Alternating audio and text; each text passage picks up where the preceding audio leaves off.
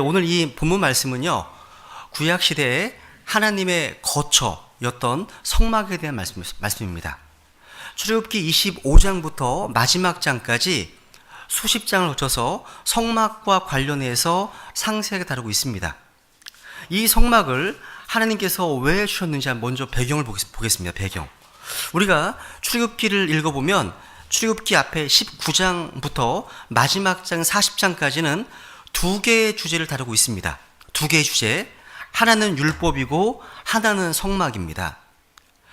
율법과 성막에 대한 기록이 19장부터 40장까지의 내용입니다. 모세가 시내산에 올라가서 뭘 가져오고 내려왔습니까? 모세가요? 십계명. 그죠? 그래서 일반적으로 듣는 대답은 십계명이 기록된 돌판을 가지고 내려왔다, 이런 말을 합니다. 그죠? 사실입니다. 근데 그것은 반만 맞춘 정답입니다. 모세는 율법인 십계명이 기록된 돌판만 가지고 내려온 것이 아닙니다. 모세는 동시에 성막의 설계도를 가지고 내려왔습니다. 이걸 잊어서는 안 됩니다. 모세는 성막의 설계도도 가지고 내려왔다는 거죠. 그래서 출애굽기 24장 18절에 보시면요, 모세는 구름 가운데로 들어가 산 위로 올라갔으며 밤낮 40일을 산에 있었더라 말씀합니다. 그 다음에 25장에서 이제 산에 올라간 모세에게 하나님께서 성막에 대한 설계도를 계시해 주신 것을 볼 수 있습니다. 그러므로 이제 시내산에서 하나님께서 모세에게 주신 것은 두 가지의 선물입니다. 하나는 율법입니다. 율법. 그죠? 율법이고 하나는 성막입니다. 하나님께서 이 둘을 주신 순서를 주목해 보세요. 하나님께서는 먼저 율법을 주셨습니다. 그것이 19장부터 23장까지의 내용입니다. 여기에는 십계명을 포함한 율법에 대한 메시지가 담겨 있습니다. 그리고 나서 성막을 주셨습니다. 이것이 25장부터 31장까지의 내용입니다. 그리고 이 성막을 실제 건축하는 내용이 35장부터 40장까지 기록되어 있습니다. 먼저 율법을 주시고 다음에 성막을 주셨습니다. 출애굽기의 거의 대부분은 이 두 개의 메시지를 중심으로 형성되고 있습니다. 그렇다면 이 율법과 성막, 이 두 가지 사건이 우리 구원받은 크리스찬들에게 어떤 교훈을 주고 있을까요? 이 성막의 메시지죠. 그죠? 우리가 익숙한 내용이지만 다시 한번 정리해 보려고 합니다. 먼저 첫 번째로요. 하나님의 율법은 우리가 죄인임을 알게 합니다. 하나님께서 인간에게 하나님의 율법을 주신 이유가 무엇일까요? 이것은 우리가 복음을 이해하는 데 있어서 가장 중요한 사실 가운데 하나입니다. 이스라엘 민족이 광야를 여행하는 도중에 하나님께서 모세를 이스라엘 백성의 목자로 이제 산 위로 불러 놓으시고 모세에게 율법을 주신 이유는 무엇입니까? 여러분, 출애굽기 19장에 율법이 주어지기 그 전까지 이스라엘 백성들은 하나님의 은혜 속에 살았습니다. 지금까지 광야의 여정을 통해서 그들은 배고프면 만나를 주셨고 목마르면 반석에 솟아난 생수를 마실 수 있었습니다. 그러나 이들은요, 실로 하나님의 사랑과 은혜 가운데 삶을 살고 있었으면서도 그것이 하나님의 은혜인 줄 깨닫지 못했습니다. 그들은 계속 원망하기만 했습니다. 그들은 계속 불평만 합니다. 그러면서 그 불평과 원망의 심각성과 죄상을 깨닫지 못했습니다. 그래서 그 시점에서 하나님께서 모세를 산 위에 불러 올리시고 율법을 허락하십니다. 하나님께서 이 시점에서 율법을 허락하신 의도는, 그리고 지금도 하나님께서 우리에게 율법을 허락하시는 의도는 인간의 죄성을 알고 깨닫도록 하기 위해서였습니다. 로마서도 이 사실을 우리에게 설명하기 위해 쓰여졌습니다. 그죠? 로마서 3장 20절에 보시면 바울은 이렇게 증언하고 있습니다. 같이 읽어볼까요? 시작. 그러므로 율법의 행위로는 어떤 육체도 그분의 눈앞에서 의롭게 될 수 없나니 율법으로는 죄를 알게 되느니라. 아멘. 여러분, 하나님의 하나님의 모든 계명은 두 가지로 나눌 수 있는데 소극적인 법과 적극적인 법으로 나눌 수 있습니다. 소극적인 법은 무엇 하지 말라, 즉 살인하지 말라, 간음하지 말라, 거짓 증언하지 말라, 도둑질하지 말라, 이런 법입니다. 적극적인 법은 뭡니까? 무엇 하라는 겁니다. 내 부모를 공경하라 이런 겁니다. 우리는 흔히 기독교란 율법을 지키는 것, 하나님의 계명을 지키는 것이라고 생각합니다. 근데 이 로마서 3장 20절 말씀을 잘 보시면 율법의 행위로 하나님께서 우리에게 허락하신 율법이라는 이 계명을 지키려고 하는 인간의 행위로 하나님 앞에 의롭다 하심을 얻을 육체는 없습니다. 이는 율법으로는 죄를 알게 되기 때문이라고 증언하고 있습니다. 거울은 나의 모습을 그대로 보여줘요. 내 모습이 더러워진 것을 거울을 통해 봤을 때 우리는 이제 물로 가서 얼굴을 씻습니다. 이것이 바로 율법의 기능이에요. 우리 대현이는요, 아빠 어제 씻었는데 오늘 또 씻어야 돼. 이런 말 참 자주 해요. 아빠 어제 이빨 닦았잖아. 왜 또 닦아야 되지? 이런 말 자주 합니다. 매일매일 씻어야죠. 여러분, 우리가 율법 앞에 서면 우리의 잘못이 드러납니다. 하나님께서 하라라고 하신 계명을 지키지 못한 자신을 발견합니다. 또 하지 말라라는 율법에 쓰게 되면 우리가 그 거짓말쟁임을 발견합니다. 근데 신약 성경에 오게 되면 마태복음 5장에 나오는 법은 구약 성경 율법을 능가합니다. 이렇게 이렇게 말씀하셨잖아요, 그죠? 마태복음 5장 읽어볼게요. 같이 시작. 옛사람들이 말한 바 너는 살인하지 말라. 누구든지 살인하는 자는 심판의 위험에 처하게 되리라 한 것을 너희가 들었으나 나는 너희에게 이르노니 누구든지 까닭 없이 자기 형제에게 화를 내는 자는 심판의 위험에 처하게 되고 누구든지 자기 형제에게 라가라고 말하는 자는 공의의 위험에 처하게 되거니와 누구든지 너 어리석은 자여 하고 말하는 자는 지옥불의 위험에 처하게 되리라. 그 다음 보시면 27 보시면 옛 사람들이 말한 바 너는 간음하지 말라 한 것을 너희가 들었으나 나는 너희에게 이르노니 누구든지 여자를 보고 그녀에게 의욕을 품는 자는 이미 마음속으로 그녀와 간음하였느니라. 여러분, 미움은요 살인의 시작입니다. 미움은 살인의 동기가 아니라 성경은 살인의 시작이라고 말씀합니다. 그러니까 하나님의 거룩한 법 앞에 설 때마다 우리가 제일 먼저 발견한 게 뭘까요? 이 하나님의 법을 깨뜨린 자기 자신입니다. 이것이 율법을 허락하신 하나님의 첫 번째 의도입니다. 로마서를 읽어보시면 로마서 7장 7절에서 바울은 이렇게 증언합니다. 읽어볼게요. 같이 시작. 그러면 우리가 무슨 말을 하리요? 율법이 죄냐? 결코 그럴 수 없느니라.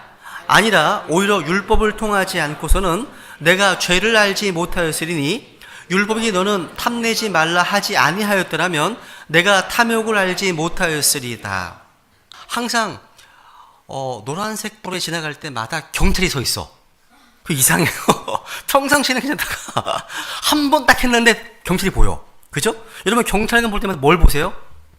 계기판을 보고 브레이크를 밟습니다. 항상. 그렇지 않으세요? 네. 특이해요. 마찬가지입니다. 하나님께서 율법을 주신 이유는 죄를 죄로서 드러내기 위해서라고 증언합니다. 이 법 앞에서 우리는 법을 위반한 우리 자신의 모습을 발견하는 겁니다. 여러분, 많은 사람들이요, 기독교를 착한 사람이 되게 하는 종교라고 생각합니다. 그러나 기독교는 착한 사람이 되라는 종교가 절대 아닙니다. 물론 착한 사람이 되어야 되겠죠? 그것이 구원하신 목적이니까요. 근데 기독교는요, 착한 사람이 될 수 없다고 소리치는 종교입니다. 아무리 애쓰고 노력해도 너 힘으로는 절대로 하나님의 율법을 지킬 수 없다. 아니, 너는 이미 율법을 깨트린 죄인이다. 그러므로 너는 스스로 착해질 수 없다. 이걸 증언하는 겁니다. 다시 말해서요, 우리가 율법 앞에서 발견하는 것은 율법을 지킬 수 없다라고 하는 겁니다. 우리는 오히려 하나님의 율법에서 무능한 자신을 발견합니다. 하라, 하지 마라, 이런 무수한 율법 앞에서, 그리고 그 내적인 양심의 고발 앞에서 우리는 그대로 살지 못한 자신을 발견할 따름입니다. 근데 출애굽기 24장 3절을 보세요. 한번 3절에 보시면 읽어볼게요. 이렇게 반응합니다. 이스라엘 백성들이. 시작. 모세가 와서 주의 모든 말씀과 모든 법도를 백성에게 고하매 온 백성이 한 목소리로 응답하여 이르되 주께서 하신 모든 말씀을 우리가 행하리이다 하더라. 이거 보세요. 하나님께서는요, 이 모세를 통해서 주님의 모든 말씀과 모든 법도를 백성에게 고했다고 말씀하고 있습니다. 모세가 이렇게 외친 거예요. 여러분, 하나님께서 우리에게 주신 율법의 내용은 이러이러합니다 라고 증언했습니다. 그러자 온 백성이 외쳤습니다. 아, 그렇습니까? 하나님의 율법을 우리가 다 준행하겠습니다. 이렇게 고백하는 거예요. 저는 이러한 반응을요, 가리켜 누군가 이렇게 얘기했습니다. 이것은 인간이 가진 도덕적인 자존심이다. 자존심. 그러니까 도덕적이지 못한 인간이 아무리 도덕적인 자존심을 가지고 있다 한들 모든 도덕을 지킬 수 있습니까? 그런데 이스라엘 백성들은 다 지키겠다고 얘기합니다. 그런데 이들은요, 결코 지킬 수 없을 겁니다. 그럼에도 불구하고 다 지킬 수 있다고 소리치고 있는 이것이 바로 도덕적인 프라이드, 자존심입니다. 그러니까 여러분, 지킬 수 없습니다. 이 말은 자신의 무능을 폭로하는 말이에요. 인간은 모두 자기 자신을 폭로하는 데 있어서 두려움이 있어요. 나를 폭로하려면 그게 아픔이 돼요. 상처가 됩니다. 자기가 도덕적으로 살지 못한 죄인임을 폭로하고 고발하는 것, 자기 연약함을 인정하는 것, 이것이 아픔입니다. 아픔이에요. 그리고 사람들은 저마다 이것을 인정하기를 원하지 않습니다. 오히려 이렇게 말하는 거죠. 우리는 다 지킬 것이라고요. 이게 자존심입니다. 여러분, 사람들 가운데 특히 다른 사람들을 비판하는 일에 아주 능숙한 사람들이 있어요. 물론 비판 정신은 필요한 겁니다. 그런데 악영향을 끼치는 비판 정신도 많이 있어요. 괜히 남의 허물을 잡고 남을 비방 중상하는 것에 어떤 쾌감을 느끼는 그런 사람도 있습니다. 왜 그럴까요? 그렇게 남을 고발함으로써 나는 저 사람처럼 살지 않아, 이런 자기의 도덕적인 자존심을 과시하고 싶은 생각 때문에 그렇습니다. 그러니까 남과 비교해서 나는 너보다 거룩하다, 이런 사람을 이사야서 말씀하시기를 그들은 내 코의 연기다 말씀하십니다. 그 증언합니다. 그러니까 나는 저 사람보다는 착하고 의롭게 살고 있다, 이 사실을 과시하기 위해서 다른 남의 잘못을 폭로하는 일에 어떤 이게 쾌감을 느끼는 사람들이 종종 있다는 거죠. 그런데 성경은 이런 인간의 평가는 상대적임을 증언합니다. 한마디로 도토리 키재기예요. 하나님 보실 때는 다 벌레 같고 구더기 같습니다. 똥통에 있든 그죠? 위에 있든 별 차이가 없는 겁니다. 자기들끼리 비교할 뿐이죠. 비슷한 수준입니다. 그죠? 그것은 인간이 인간과의 기준에서 키를 재보고 평가하는 상대적 평가에 불과합니다. 그런데 하나님의 거룩한 기준, 율법 앞에 자신을 세워보십시오. 그 법 앞에 서보세요 한번. 하나님의 눈으로 나는 어떤 사람일까요? 하나님의 엑스레이 앞에 서서 자신을 찍어보세요. 90년대에 구원받으신 형제님이시더라고요. 근데 이분이 이제 기계공학을 전공하신 분이신데 누군가 이제 교회에 초청을 받아서 전도 집회에 갔나 봐요. 근데 혼자 가기 멋쩍으니까 그 친구를 데리고 간 거야. 같이 그냥 너 같이 따라와. 데려갔는데 이분이 구원받은 거야. 이 사람 못 말고요. 구원받았습니다. 근데 이분은 어렸을 때부터 이런 죄에 대한 문제 때문에 되게 고민을 많이 했답니다. 근데 그날 말씀을 듣는데 하나님의 법 앞에 선 인간의 모습을 적나라하게 보여주더래요. 이 강사가요. 그동안도 이 죄 때문에 무거워 신음하고 있었는데 더 크게 막 눌리는 거라는 거죠. 집을 못 가겠대요. 거기서 끝을 내더래요. 이 강사가요. 복음을 안 전하더라는 거죠. 너무 이분이 힘들어하니까 그 강사가 복음을 전했답니다. 그날. 그리고 너무 행복하고 너무 기뻐서 그걸 간증을 하시더라고요. 그래서 그 대학교 기숙사에 있었는데 3-4명이 있는 그런 기숙사랍니다. 다 내보내고 오늘은 나 혼자 쓰고 싶다. 양해를 구하고. 그래서 안에서 울었다가 막 이런 간증을 하시더라고요. 맞습니다, 여러분요. 그러니까 우리가 하나님의 법 앞에 쓰게 되면 자신이 이미 그 법을 깨뜨린 자임을, 율법을 지키기는커녕 하나님께서 하라고 하는 것을 하지 못했고 하지 말라는 것은 해버린 자임을 고백하는 거죠. 우리는 이 법을 지키지 못했습니다. 우리는 죄인입니다. 따라서 이 법의 처벌을 피할 수 없습니다. 죄의 싹은 사망이라고 성경은 선언하고 있습니다. 그렇기 때문에 하나님의 사망 선고를 피할 수가 없어요. 하나님의 저주를 피할 수 없습니다. 이것이 인간의 실상이고 실존입니다. 성경은 증언합니다. 로마서 3장 10절 읽어보겠습니다. 시작. 이것은 기록된 바 의로운 자는 없나니 단 한 사람도 없으며 깨닫는 자도 없고 하나님을 찾는 자도 없으며 그들이 다 길에서 벗어나 함께 무익하게 되고 선을 행하는 자가 없나니 단 한 사람도 없도다. 그렇습니다. 하나님 보시기에 착한 사람은 없습니다. 하나님 보시기에 성자, 성질한 존재하지 않습니다. 그것은 인간의 착각입니다. 멀리서 보면 다 좋아 보여요. 근데 같이 살다 보면 견딜 수 없는 변을 다 한 가지씩은 최소한 가지고 있어요. 여러분도 마찬가지예요. 그죠? 아무도 선하지 않습니다. 아무도 의롭지 않습니다. 그래서 모든 사람이 죄를 지어 하나님의 영광에 이르지 못하더니, 이것이 성경의 선언입니다. 이 선언 앞에서 피할 수 있는 자는 아무도 없습니다.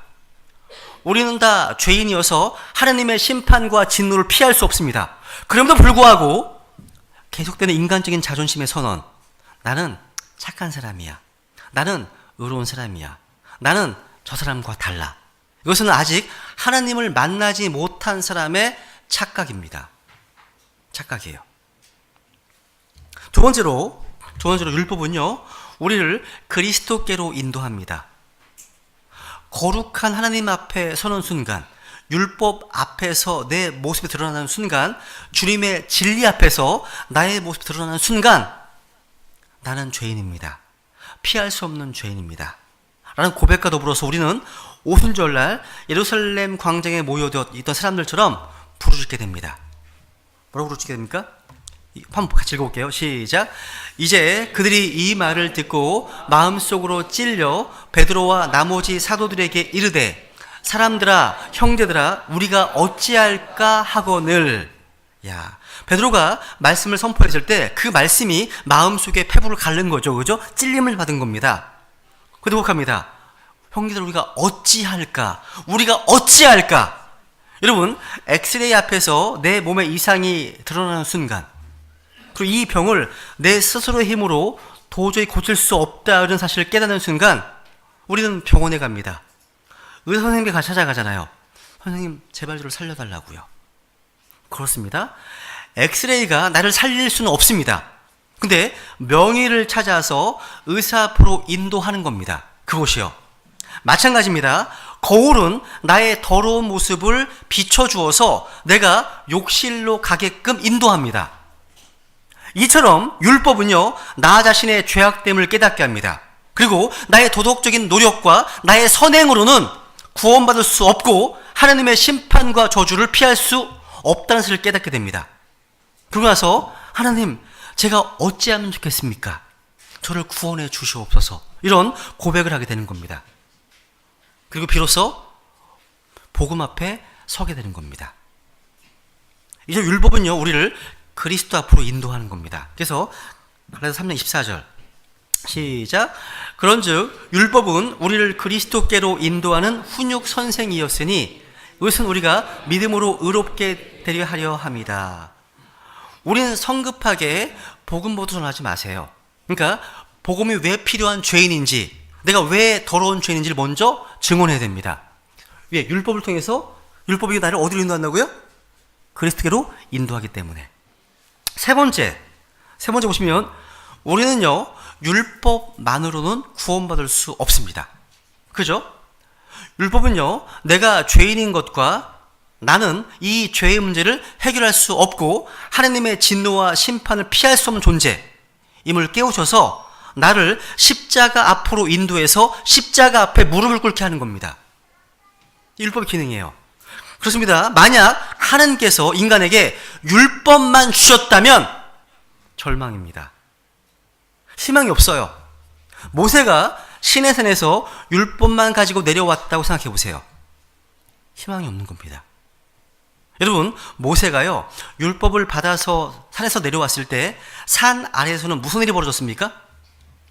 이스라엘 백성들이 무슨 일을 하고 있었죠? 금 송아지를 만들어서 그것을 숭배하고 있었습니다. 야, 이들은 하나님께서 지키라고 명령하시는 것은 모두 다 지키겠다고 큰 소리 쳤습니다. 그러나 이들이 얼마 안 가서 십계명을 받지도 못했습니다. 깨뜨렸거든요. 모세가요. 그 앞에서.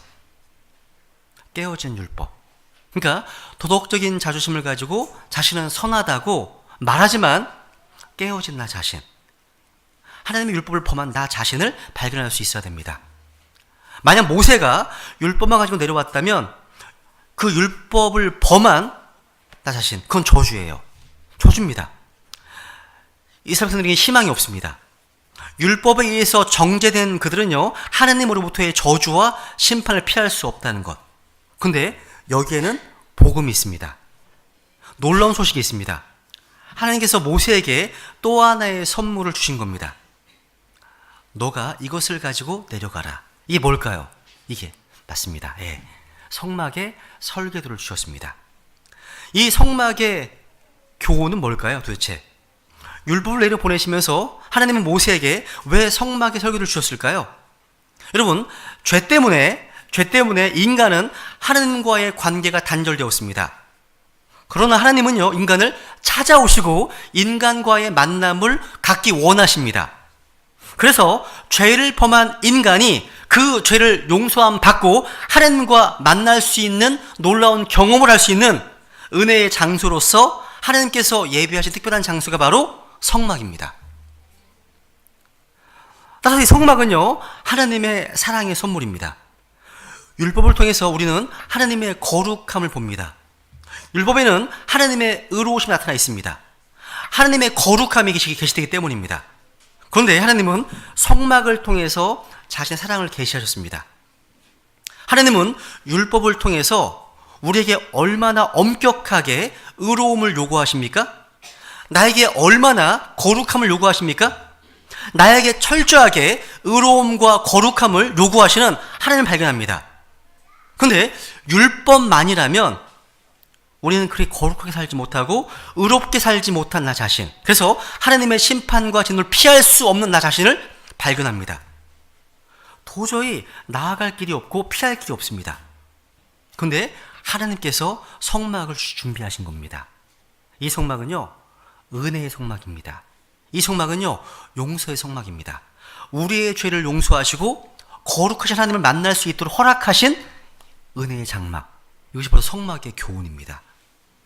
그런데 이 성막은 하나님의 거처, 하나님의 임재가 있는 곳이잖아요. 이 성막은 피로 덮여 있습니다. 성막은요. 이 성막은 항상 양이나 염소를 잡아 피 흘려 주님께 드립니다. 피 흘려. 이게 양들 보이시죠? 그죠? 보세요. 이런 피로 덮여 있는 게 성막이에요. 여러분, 성막의 동쪽에 문이 있는데 이 문을 열고 들어가면 맨 처음에 번제단이 있습니다. 번제단. 이게 번제단이에요. 있습니다. 이 제사장 이 번제단 위에 대속의 희생물을 올려놓고 각을 뜹니다. 제사장은 먼저 양이나 염소 등 흠이 없는 희생물을 선택한 다음에 그 희생물 위에 손을 얹습니다. 손을 얹는 행위는 바로 전가한다는 의미예요. 이런 겁니다. 내가 죄를 범했습니다. 나는 죽을 수밖에 없습니다. 그런데 나를 사랑하시는 하나님께서 나를 대신해서 대속의 희생 제물을 준비하셨습니다. 이 짐승의 머리 위에 손을 넣는 순간 내 죄가 이 짐승에게 전가되었습니다. 그리고 하나님께서 그 희생 제물을 죽으십니다. 원래 내가 죽어야 되잖아. 근데 대신 죽는 겁니다. 그리고 피를 흘리고 죽어가는 희생 제물.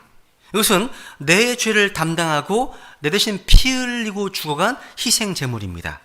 이 피 흘림의 근거에서, 이 피 흘리심의 근거에서 하나님 나를 받아주십니다. 받아주십니다.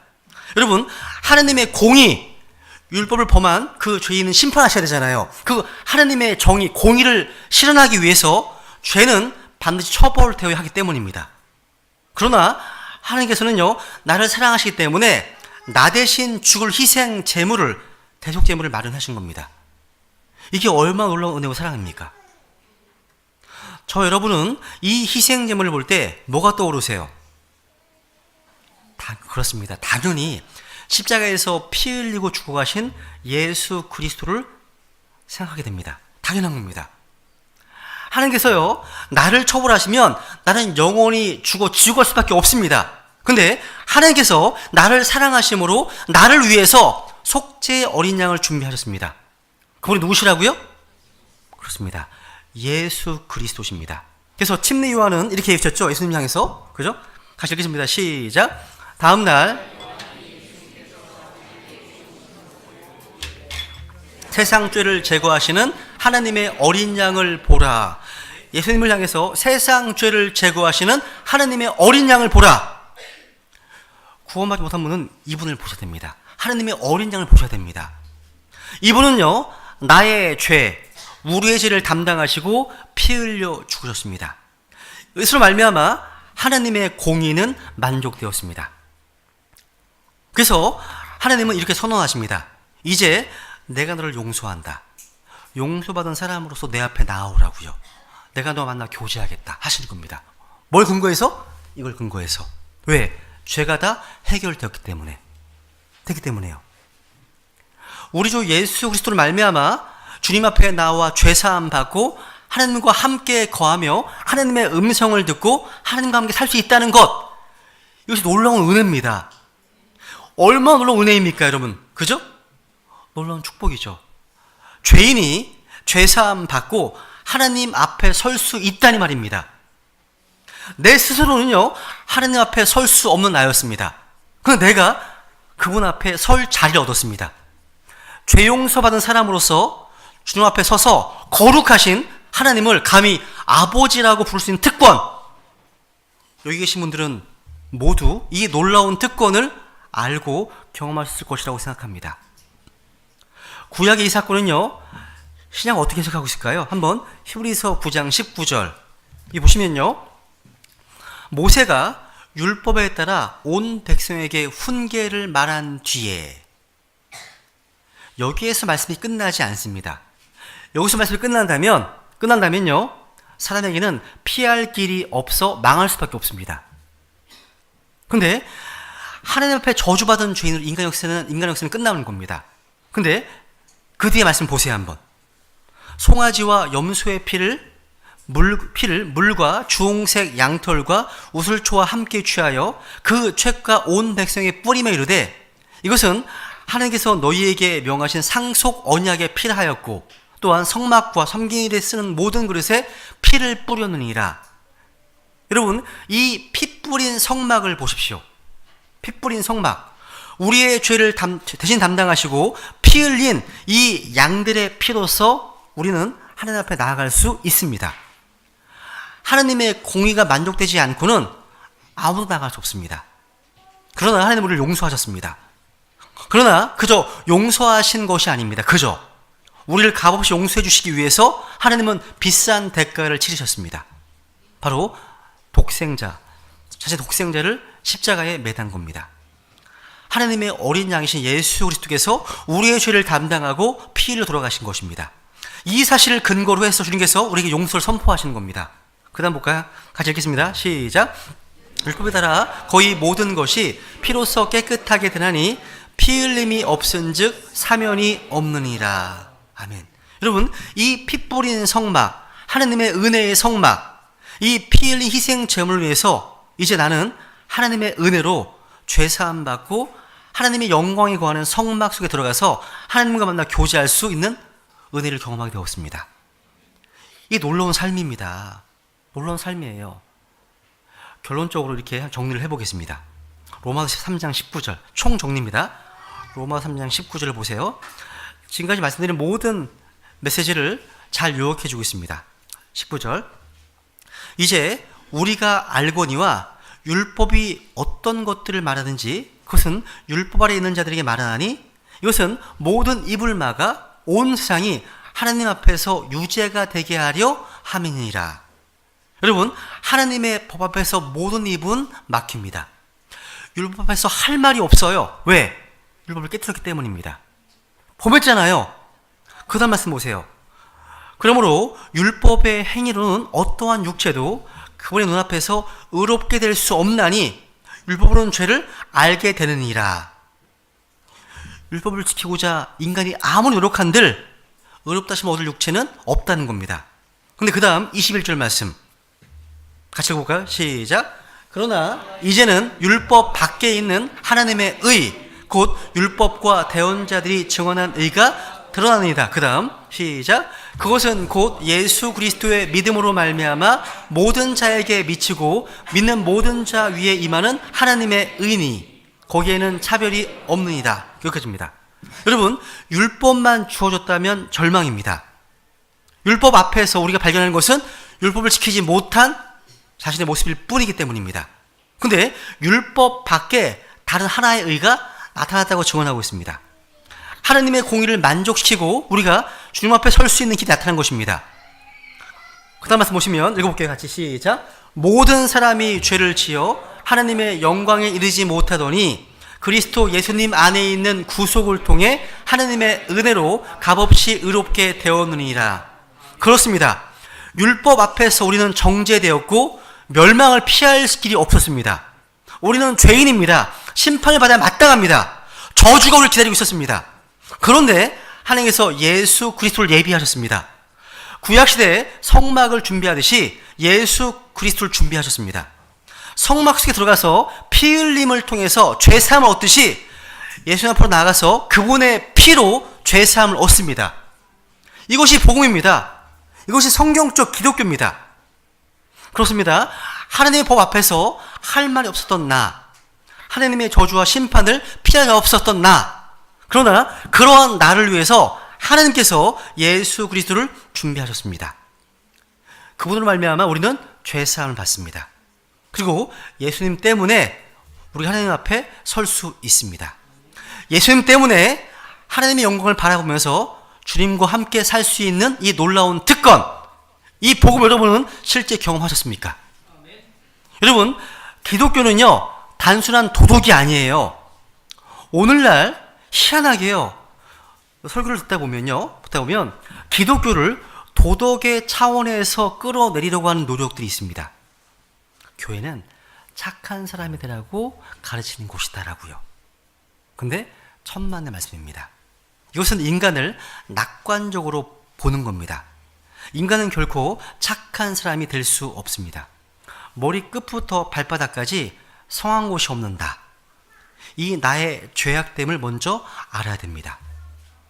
그리고 이러한 나를 위해서 하나님께서 예수님을 준비하시고 그분의 피 흘리게 하심으로 인해서 죄사함 받고 하나님 앞에 설 수 있다고 하는 이 놀라운 소식, 이 위대한 복음을 이 성막을 통해서 볼 수 있습니다. 여러분, 율법만 있다면 절망이에요. 해결책은 율법에 있는 것이 아니라 어디 있습니까? 피에 있습니다. 피. 그래서 이 피에 있다는 사실을 알리기 위해서 성막을 준비하셨고 제단을 준비하셨습니다. 율법을 지킬 수 있다고 큰 소리쳤던 그런 도덕적인 자존심, 이런 인간들 앞에서 주님께서 이렇게 말씀하신 거예요. 피를 보라고. 피를 보라고요. 보세요. 하나님의 법 앞에 서니까 화로다 나요. 화가 있습니다. 그렇죠? 자기 모습, 이런 모습 보이는 거예요. 법 앞에 서니까. 그런데 이것만 주신 게 아닙니다. 하나님께서 지금 우리에게 구원의 손을 내밀고 계십니다. 나에게 오라고. 이게 성막의 메시지인 겁니다. 뭐를 보라고요? 피를 보라고. 그래서 구원받은 성도들의 마음판에는 이 피가 새겨져 있습니다. 이게 바로 천국에 들어갈 수 있는 암호, 패스워드입니다. 피입니다. 피. 그렇습니다, 여러분. 하나님께서는요, 율법을 지키겠다고, 도덕적으로 살겠다고 큰 소리 치는 인간들에게요, 하나님은 갈보리를 준비하신 겁니다. 거기에 자신의 독생자를 매달으시고 보배로운 피를 뿌리게 하셨습니다. 그리고 지금도 우리에게 이렇게 말씀하시는 거예요. 이 피를 보라고요. 갈보리 십자가에서 흘린 이 거룩한 피를 보라고요. 그렇습니다. 이 피가 나의 죄를 씻습니다. 이 피로 죄사함 받은 사람들, 이 하나님의 놀라운 은혜로 죄사함 받은 사람들만이 하나님 앞에 설 수 있는 겁니다. 로마서 5장. 이 피의 권능이 있어요. 죄의 사슬을 끊어버리거든요. 이 피의 권능이 있기 때문에. 로마서 5장 1절 2절. 마무리 짓겠습니다. 로마서 5장 1절 2절. 우리 같이 읽겠습니다. 시작. 그러므로 우리가 믿음으로 의롭게 되어 우리 주 예수 그리스도를 통해 하나님과의 화평을 누리는도다. 또 우리가 그분을 통해 지금 우리가 서 있는 이 은혜 안으로 믿음 하나님의 영광의 소망을 기뻐하느니라. 아멘. 믿음으로 의롭게 되었습니다. 그래서 하나님과의 화평을 누리고 있습니다. 이 그리스도인이에요. 하나님과의 화평, peace with God. 그죠? 그렇기 때문에 기독교인의 삶은, 그리스도의 삶은 도덕의 삶이 아니라 은혜의 삶입니다. 은혜의 삶. 이 은혜의 성막, 이 죄 용서의 성막, 하나님과 만나 거룩한 교제를 할 수 있는 이 만남의 성막. 근데 이 성막에 들어갈 수 있는 문은 단 하나의 문밖에 없습니다. 단 하나의 문. 이밖에 없습니다. 문이 몇 개라고요? 하나입니다. 단 하나의 문. 바로 예수님께서 바로 나는 양들의 문이다 하셨습니다. 성막의 문은요, 유일한 입구예요. 마찬가지입니다. 천국에 들어가기 유일한 길은 누굽니까? 예수님이십니다. 이 성막에 들어가야지 하나님과 교제를 나누고 그분의 죄 용서를 경험할 수 있습니다. 그죠? 그래서 여기 보시면 요한복음 10장 읽어보겠습니다. 7절 시작. 그때 예수님께서 다시 그들에게 이르시되 진실로 진실로 내가 너희에게 이르노니 나는 양들의 문이니라. 그 다음 내가 곧 문이니 누구든지 나를 통해 안으로 들어가면 구원을 받고 또 들어가고 나오며 꼴을 얻으리라. 교회 문 통과에 구원받는 게 아니에요. 아닙니다. 예수님을 통과에 구원받는 겁니다. 예수님 문이시거든요. 그죠? 보세요. 예수님이 바로 유일한 문이십니다. 이 문 이외에 다른 문들이 있다면 다 도둑이고 강도입니다. 예수님 말고 알라, 부다, 부처, 공자, 마리아, 교황 다 아닙니다. 강도 도적입니다. 예수님만이 유일한 바로 문입니다. 그죠? 그래서 여러분, 우리는 도덕으로는 하나님 앞에 나갈 수 없습니다. 선행으로 하나님 앞에 나갈 수 없습니다.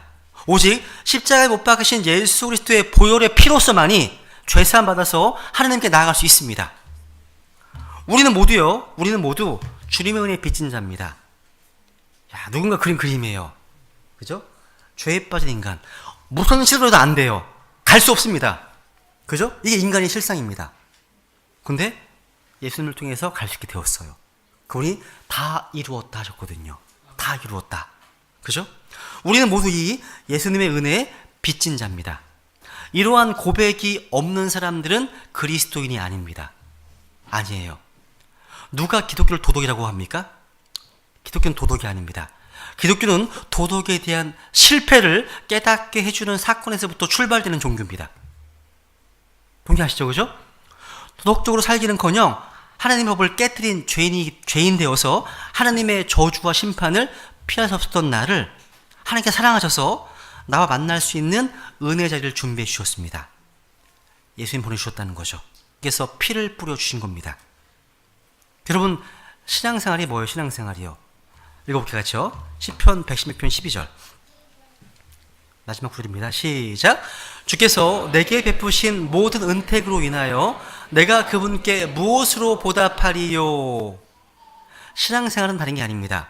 갈보리에서 흘리신 주님의 보배로운 피를 의지하고 그 은혜에 빚진 자로서 주님의 은혜에 대한 응답으로 새로운 삶을 사는 것이 바로 신앙생활입니다.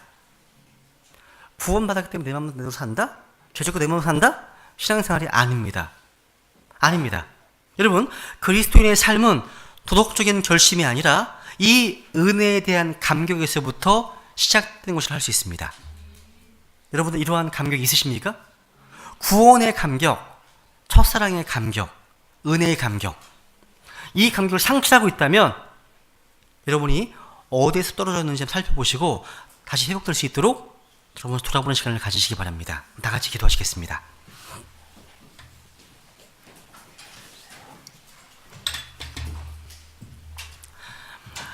제가 오늘 여기 머리 숙인 분들에게 질문을 하겠습니다. 마음으로 한번 답변하시기 바랍니다. 당신은 구원받았습니까? 당신은 거룩하신 하나님 앞에서 자신을 이루어진 죄인으로 본 적 있으십니까? 당신은 자신의 마음이 치료할 수 없을 정도로 병들어 있음을 인정하십니까? 당신은 이 죄 문제 때문에 지옥에 가야 마땅한 존재로 보고 계십니까? 당신은 자신을 구원하기 위해서 내가 할 수 있는 일이 절대적으로 아무것도 없다는 사실을 인정하십니까? 내가 최선을 다해서 착한 행위들을 한다고 하더라도 그것이 나를 천국에 들어가게 해줄 수 없다는 사실을 깨닫고 계십니까? 그렇다면 당신은 이 죄 문제에 대한 하나님의 유일한 해결책이신 세상 죄를 제거하시는 하나님의 어린 양 예수 그리스도를 믿고 계십니까? 당신은 이분을 하나님께 가는 유일한 길로, 구원의 유일한 문으로, 또 죄인들을 위한 유일한 구원자로, 또 나에게 영원한 생명을 줄 수 있는 유일한 분으로 인정하고 믿으십니까? 당신은 예수 그리스도께서 나를 구원하기 위해서 이 세상에 오셔서 사람이 되신 영원하신 하나님이심을 믿으십니까? 당신은 그분께서 내가 죄인이었을 때조차 나를 사랑하셔서 나를 구원하기 위해서 십자가에 피 흘려 죽으시고 다시 삶에 부활하셨다는 사실을 믿으십니까? 그 때문에 내가 지은 모든 죄값을 완전히 지불하셨음을 확신하십니까? 당신은 나를 구원하기 위해서 오직 그분만을 신뢰하고 계십니까? 예수 그리스도께서 십자가에서 완성하신 그 속죄 사역을 믿음으로 받아들이셨습니까? 그렇다면 당신은 하나님의 자녀이십니다. 다시 태어난 것입니다. 구원받은 겁니다. 근데 이 질문들에 대해서 예스라고 답변하지 못한 분이 계시다면 오늘 꼭 이 문제를 해결하시고 가시길 간절히 촉구합니다. 왜냐하면 오늘이 마지막일 수 있기 때문입니다. 지금 이 시간 우리 모두 구원받지 못한 사랑하는 가족들과 교회 안에 구원받지 못한 혼들을 위해서 우리 같이 간절히 기도하겠습니다. 기도드리겠습니다.